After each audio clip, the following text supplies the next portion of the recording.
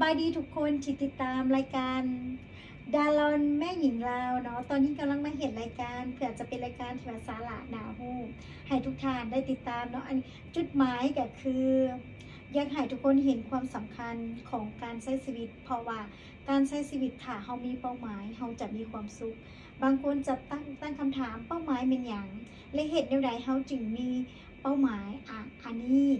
มันขึ้นกับการออกแบบของเราเนาะ ดาจะเอาเรื่องเล่าและสตอรี่ของดาให้ง่ายๆเนาะคือเฮาอยากมีชีวิตดีขึ้นแน่นอนเฮาต้องเข้าใจเจตนาของเฮาก่อนเข้าใจเฮาก่อนบ่เฝ้าไปเข้าใจคนอื่นเข้าใจว่าเฮาต้องการหยังและแม่นหยังจึงเห็นให้เฮามีความสุขเฮาจะมีความสุขนี่เฮาต้องสร้างแนวใดตัวอย่างง่ายๆการออกกำลังกายเนาะก็สร้างความสุขให้อย่างหนึ่งแต่เป็นอย่างทุกคนออกบ่ได้เฮ็ดบ่ได้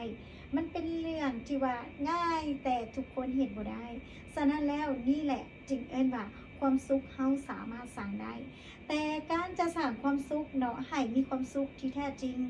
ก็คือการมีวินัยเนาะมีระเบียบมีวินัยบางคนขี้ข้านแต่อยากเข้าใจขี้ข้านแต่อยากได้เนาะด้วยความเป็นจริงแล้วมันเป็นไปบ่ได้ฉะนั้นแล้วถ้าเฮาอยากมีชีวิตที่ดีขึ้นอยากมีความสุขต้องเข้าใจการออกแบบชีวิตของตัวเองอย่าเบิ่งคนอื่นดาเชื่อว่าถ้าเฮาอยู่กับตัวเอง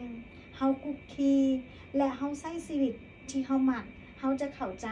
ว่าความสุขแม่นหยังและเฮ็ดแนวใดเฮาจึงมีความสุขอันนี้จากเรื่องเล่าของดาเองเด้อก็ลองเบิ่งเนาะเดี๋ยวดาจะเห็นรายการนี้เพื่อว่าให้ทุกท่านได้ฟังเนาะกะว่ายังไงว่าไลฟ์สไตล์เนาะคันเฮาออกแบบชีวิตอีหลีเฮาจะเข้าใจแต่ถ้าเฮาบ่ได้ออกแบบชีวิตและเฮาบ่มีความเข้าใจในชีวิตที่เฮาต้องการแท้ๆแน่นอนแม้แต่จะหาความสุขที่แท้จริงบ่สามารถที่จะหาได้เพราะหยังเพราะเฮาบ่เข้าใจเนาะเหตุผลก็คือเฮาบ่เข้าใจถ้าจะเข้าใจก็คือเริ่มมาปฏิบัติเริ่มมาสั่งระเบียบวินัยให้ตัวเองเริ่มถามตัวเองก่อนเมื่อถามตัวเองแล้วจะได้คำตอบขอขอบใจและฝากรายการนี้ให้ทุกท่านเนี่ยเด้อเป็นรายการที่ดาตั้งใจและก็จะมีเรื่องราวที่ว่าน่าฮักเนาะแล้วก็มีเรื่องราวดีๆจากประสบการณ์ของดาเองขอขอบใจที่ติดตามดารอนแม่หญิงลาวขอขอบใจ